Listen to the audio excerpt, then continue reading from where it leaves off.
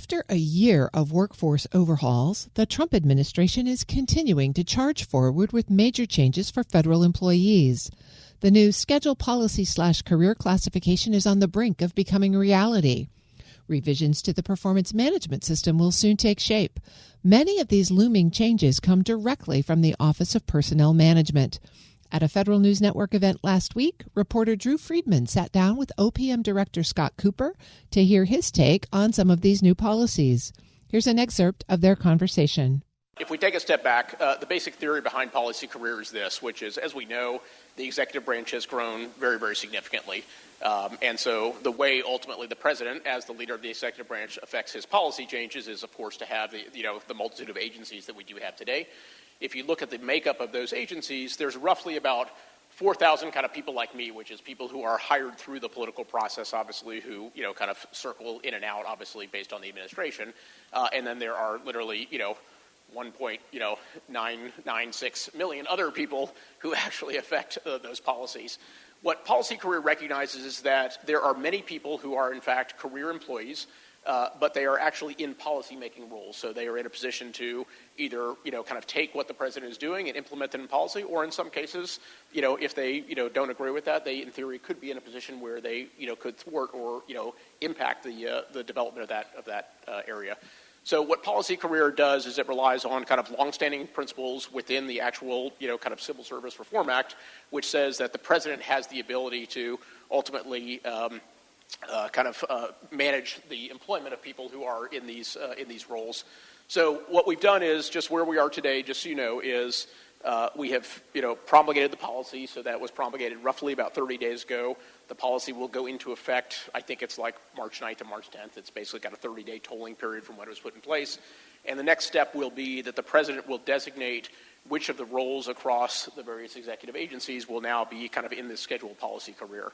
So importantly, what this means for us is this is about accountability from my perspective. So this is not about political patronage. These are not roles that go through PPO. So for those of you who are familiar with the political appointment process, we're not talking about changing either the hiring or removal of any of these positions. They will all be done through the traditional merit-based hiring career system. There are no changes to, same whistleblower protections apply, all the other things apply. The idea here is if you are in a policy-making position, the elected official, ultimately, who determines policy for the executive branch is the president. And therefore, your job, and I think most federal employees know this, and certainly all the ones I've encountered have not had no problem with this, which is your job is ultimately to effect lawful actions that the president determines are the appropriate objectives for the organization. And so all this does is say, great, that's your job, and if for whatever reason you choose to do something which, kind of is not, kind of in concert with or, in fact, is contradictory to the policies of the administration, as long as it's obviously a lawful policy, that you can't be in that role if you're not able to actually affect those policies. So that's what this does, is really start to kind of, basically codify what essentially has always been the practice of the executive branch, which is, the ultimate role of the executive leaders in those organizations are to affect the policies that are determined by the, popularly elected president. And knowing that we're just a couple days away from the executive order and this actually really taking effect, from that point on, what is OPM's role going to be in guiding agencies, and what are the first signs that you're going to see this change start to take place?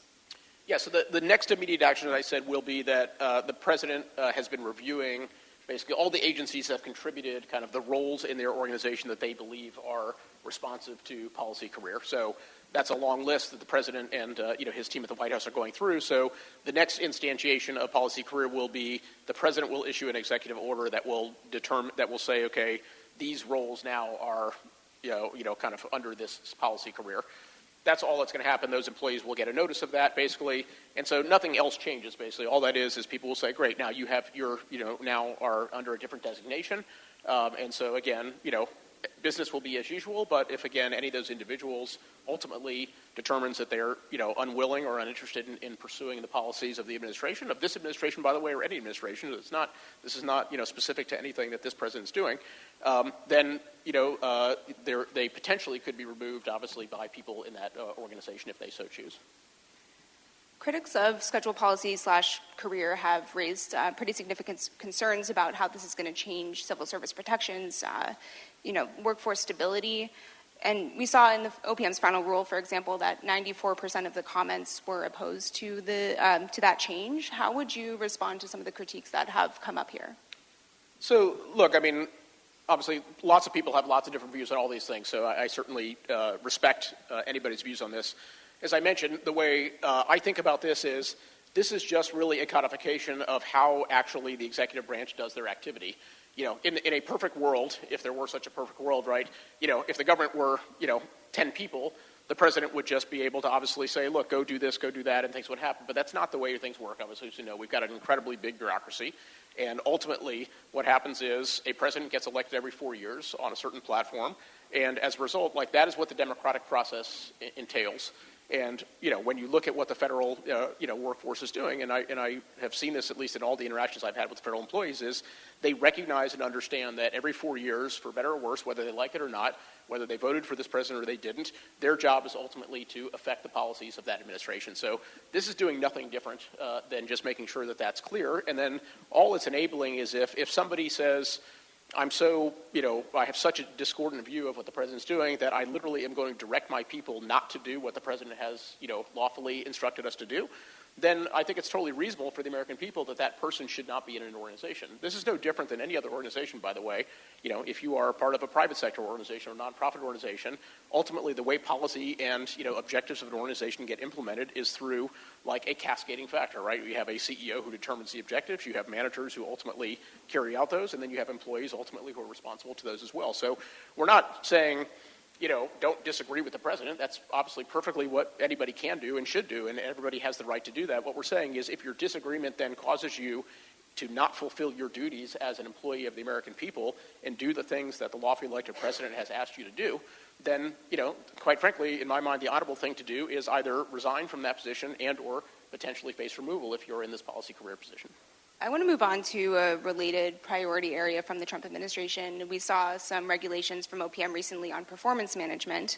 There were changes looking essentially to limit how many employees can receive top ratings in their annual performance reviews. Can you talk about the problems that OPM or the Trump administration sees in the current system and how you are trying to address those? Yeah, sure. So let me just give you kind of lay the basis for this, so if people are not as familiar as some others may be. So not everybody, but most people in the federal workforce get ranked every year on a 1 through 5, but they get rated, at the end of their part of their annual review. Some organizations have a 4-point system, some have a 3-point system, but let's just make the math easy for now and basically say most people get ranked under a 5-point system, 1 being the worst, that you have truly unacceptable performance, 5 being that you are, extraordinarily outstanding. If you look historically over very long periods of time, this is not a new thing, but basically 99.7% of federal employees get ranked a 3, 4, or 5, and roughly about, in that group, something like, 50% of them get ranked a 4 or 5, okay? So if you just think about that across a 2 million person base of employees, one might reasonably expect that you might have a more reasonable distribution, along there. And that's not an indictment at all of the work that the federal employees do, but what that tells me is 99.7% of the people are at or above expectations. That means 0.3% of the people are below expectations. Now, some of you are in the private sector, and the private sector is obviously different from federal government, but in most organizations in the private sector, you would generally see on an annual basis 5 or 10% of the people who are unable to perform at the level that, their managers deem appropriate, and in some cases those people may ultimately, unfortunately have to be removed from the organization. In the federal government, that number is 0.3%, okay? My view is, number one, that doesn't actually I just have a hard time believing that accurately reflects what the performance of the organization is. 2 is it creates, in my mind, very, very perverse incentives and the absence of what I think we would want to have in any environment, which is you want to have a high-performance culture. That's OPM Director Scott Kupor speaking last week with Federal News Network's Drew Friedman. You can find more at federalnewsnetwork.com.